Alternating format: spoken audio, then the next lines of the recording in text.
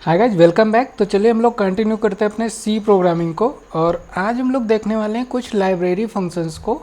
Last time हम लोगों ने फंक्शंस को समझा था, काफ़ी कुछ उसमें सीखा था। आज कुछ हम लाइब्रेरी फंक्शंस को समझेंगे और कुछ एडवांस चीज़ों को भी समझेंगे। इसके बाद हम लोग आगे बढ़ेंगे, कुछ और एग्जाम्पल्स पे वर्क करेंगे जिससे हमारे सी के कॉन्सेप्ट और भी अच्छे से क्लियर होंगे। तो कुछ हमारे लाइब्रेरी फंक्शंस, अगर हम स्ट्रिंग में बात करें तो आप स्ट्रिंग के साथ इस तरीके से कॉपी कर सकते हो, कंटेंट कर सकते हैं। अभी तो मैंने आपको स्ट्रिंग बताया ही नहीं है, तो इसको अभी छोड़ते हैं।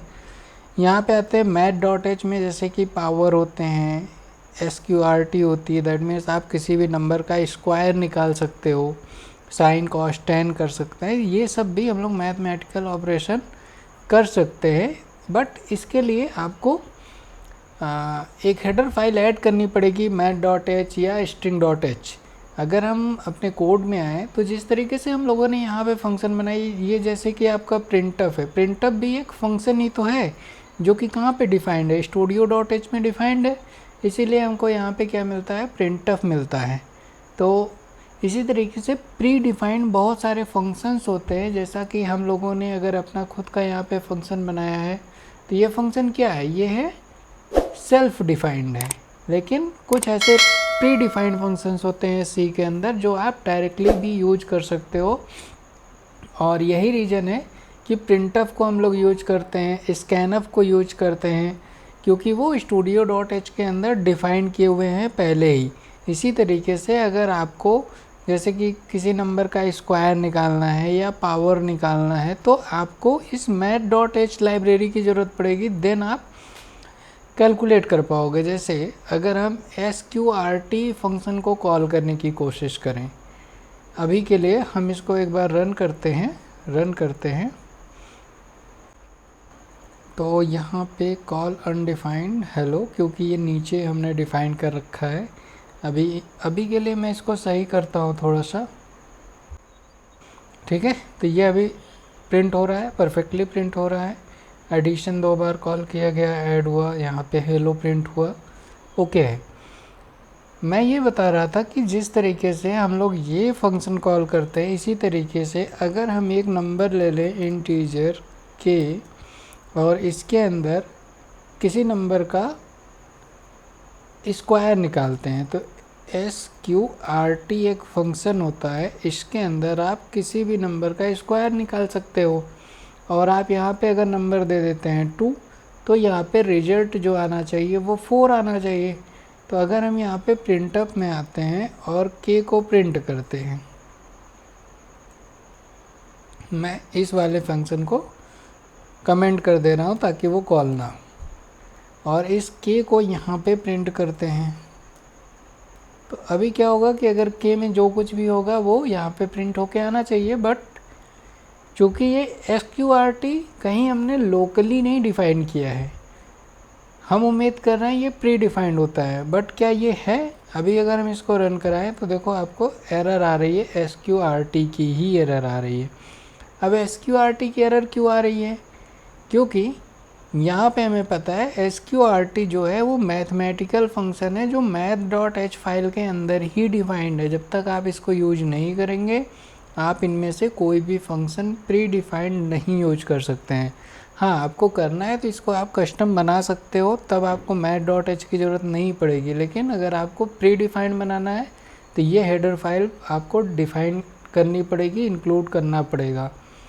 तो सिंपली आप यहाँ पे आएंगे, इसको कॉपी करेंगे और यहाँ पे math.h फाइल को ऐड कर देंगे, जो कि यहाँ पे है। इसके अंदर आपके मैथमेटिकल एक्सप्रेशंस हैं। अब देखो हमने रन किया और ये सक्सेसफुली रन किया। यहाँ पे 2 बार प्रिंट हो रहा है, तो मैं इसको एक बार हटाता हूँ ताकि अपने को परफेक्टली दिखे कि क्या हो रहा है। 2 बार एडिशन चल रहा है तो वो भी एक प्रॉब्लम क्रिएट कर रहा है, तो ये भी हटाते हैं, ठीक है। तो ये sqrt क्या करता है, स्क्वायर रूट देता है, कि दैट मीन्स 4 का अगर स्क्वायर रूट, 4 का स्क्वायर नहीं निकाल रहा है, स्क्वायर रूट निकाल रहा है, तो तो अगर आपको जब भी किसी भी नंबर का स्क्वायर रूट चाहिए तो आप इस तरीके से SQRT यूज करेंगे। अगर आपने 4 डाला है तो इसका स्क्वायर रूट कितना होता है वो यहाँ पे दे रहा है। इसी तरीके से आप यहाँ पे 9 डाल सकते हैं तो 9 का स्क्वायर रूट ये निकाल के दे देगा 3। तो यहाँ पे देखिए लिखा भी था कि SQRT find the square root of the number, calculate the power of a number.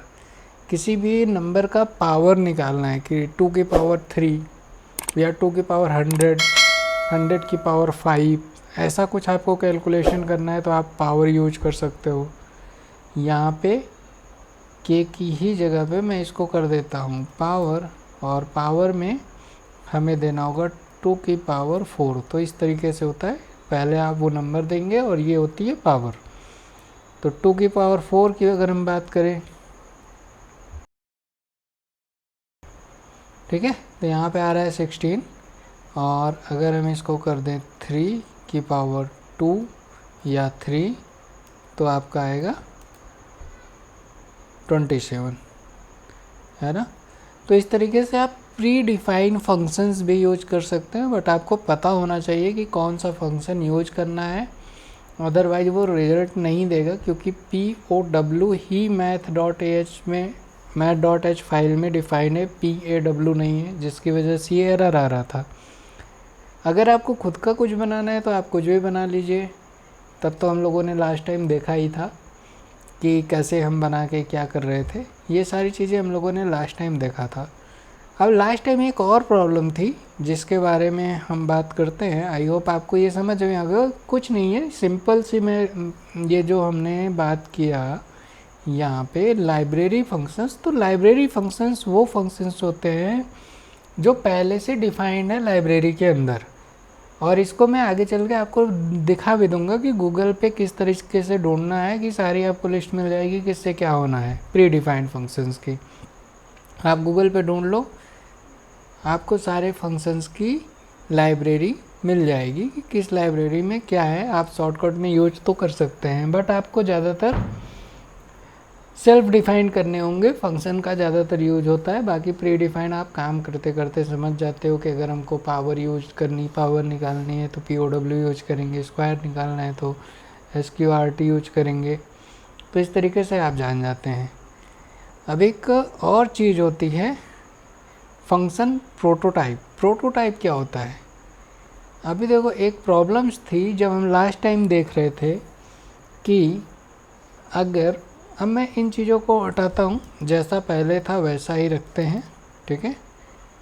इसको कर देते हैं और हेलो को भी कर देते हैं, डन है। हेलो बाद में प्रिंट हो जाएगा, और एक ही एडिशन को रखते हैं, डन है। इसके बाद इसको रन करते हैं तो आप देखो आया 5 और हेलो, 5 और हेलो प्रिंट हुआ। आप अगर इसको नीचे रखना चाहो तो \n भी यूज कर सकते हैं, तो वो लाइन ब्रेक हो जाएगा। 5 एंड हेलो प्रिंट हो रहा है। प्रॉब्लम ये थी ना कि यहाँ पे अगर हम इस चीज़ को ऐसा लिख देते थे, है ना, और अब इसको रन करते थे तो ये एरर आता था। दैट मीन्स ये कंपलसरी था कि भाई अगर हमको यूज करना है तो इसके ऊपर ही होना चाहिए। जो भी फंक्शन आप कॉल करने जा रहे हो तो जहाँ कॉल कर रहे हो उसके ऊपर होना चाहिए, ठीक है। तो ऐसे में अगर मैं इस फंक्शन को भी यहाँ लिख दूंगा तो भी ये एरर देगा। तो इसकी जगह पे आपको यूज करना होता है। अगर आप चाहते हो कि नहीं बहुत बड़ा कोड हो रहा है और इस तरह से समझने में बहुत कन्फ्यूजिंग होगा कि यार हमें ऊपर ही रखना है, बट हम बार बार कहीं भी यूज कर रहे हैं अपने कोड में किसी फंक्शन को, तो कैसे पॉसिबल है कि हमेशा ऊपर ही रहे, है ना। तो अगर बड़ा प्रोग्राम बनता है तो उस टाइम पे कन्फ्यूजिंग होता है। तो आप चाहो तो अब आपकी रिक्वायरमेंट होगी भाई मेरा मेन यहाँ है लेकिन एडिशन फंक्शन यहाँ पे मैंने डिफाइन किया है तो ये भी चले। इसको चलाने के लिए आपको या फिर मैं एक बार पहले हेलो को करके दिखाता हूँ, फिर अगर यहाँ पे आपको अच्छे से समझ में आ जाता है देन यूज करते हैं हम लोग मेन हेलो एडिशन। मेन के नीचे कर दिया, नहीं, एडिशन जहाँ था वहीं रख दो। हेलो को क्या करते हैं, मेन के नीचे ले जाते हैं। तो टेक्निकली अभी भी ये एरर देगा, हेलो फंक्शन क्यों नहीं आ रहा है। कंट्रोल एक्स, ठीक है। तो टेक्निकली अभी भी ये एरर देगा। यहाँ पे आप देखो अभी भी हेलो फंक्शन अनडिफाइंड दे रहा है। तो इस चीज़ को भी अगर हम सही करना चाहें तो मैंने आपको क्या दिखाया, प्रोटोटाइप फंक्शन। प्रोटोटाइप वैसे तो यूजलेस होती है, इसका कोई भी यूज नहीं है। प्रोटोटाइप का मतलब है कि ये जो आपका फंक्शन है, इस फंक्शन को आपने यहाँ पे या यहाँ पे, जहाँ पे आप हेलो को कॉल कर रहे हो उसके ऊपर कहीं भी डिफाइन कर दिया। तो ये फंक्शन ना होते हुए भी उसको लगेगा प्रोग्रामर को कि हाँ ये इनिशियलाइज हो गया है। और अब देखो ये फिर से हमें रिटर्न दे रहा है रिजल्ट। क्यों दे रहा है, क्योंकि हमने प्रोटोटाइप यूज किया है। इसको मैं कहीं भी यूज कॉल कर सकता हूँ। अगर मैं इसको यहाँ भी रख दिया तो भी ये में भी काम करना चाहिए।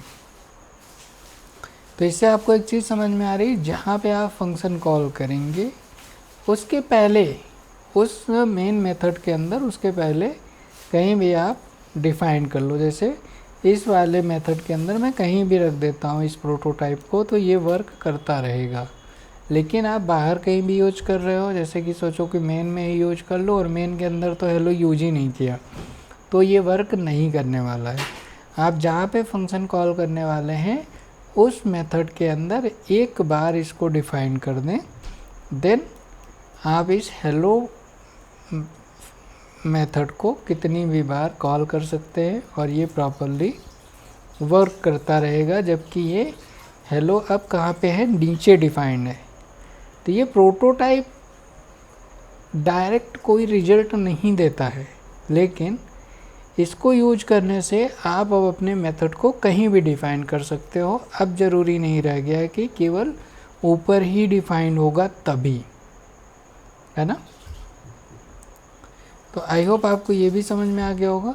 और इसी तरीके से जो हमारा एडिशन फंक्शन है, अगर आप एडिशन को भी यूज करना चाहते हैं तो एडिशन हमने यहाँ पे नीचे रख दिया। अब एडिशन को अगर हम यहाँ पे एज ए प्रोटोटाइप कॉल कर लें तो क्या लगता है, वर्क करेगा? देखते हैं रन करके। तो आप देखो परफेक्टली रन कर रहा है, क्योंकि एडिशन भी हमने एज अ प्रोटोटाइप यहाँ पे डिफ़ाइन कर दिया है। तो आप किसी भी फंक्शन को पहले एज अ प्रोटोटाइप डिफ़ाइन कर लो, एज अ प्रोटोटाइप डिफ़ाइन कर लो। ये डायरेक्टली आपको कोई रिजल्ट नहीं देता है। दैट मीन्स अगर मैं इस एडिशन फंक्शन को कॉल ही ना करूँ तब कोई रिजल्ट नहीं आने वाला है, तब कोई रिजल्ट नहीं आने वाला है ना। ये कुछ वार्निंग्स दे रहा है लेकिन कोई भी रिजल्ट नहीं आएगा। दैट मीन्स वो केवल डिक्लेरेशन है। और अगर आपको रिजल्ट चाहिए तो आपको उस फंक्शन को कॉल करना पड़ेगा और यहाँ पे फाइनली पूरा का पूरा रिजल्ट आ रहा है। तो आप इस तरीके से प्रोटोटाइप डिफ़ाइन कर सकते हैं। अगर आप प्रोटोटाइप नहीं डिफ़ाइन कर रहे हैं तो फंक्शन ज़रूरी है कि ऊपर ही होना चाहिए। यहाँ पे आप देखो ये कर दिया मैंने, फिर ये कर दिया। इस केस में तो ज़रूरी है कि फंक्शन ऊपर होगा।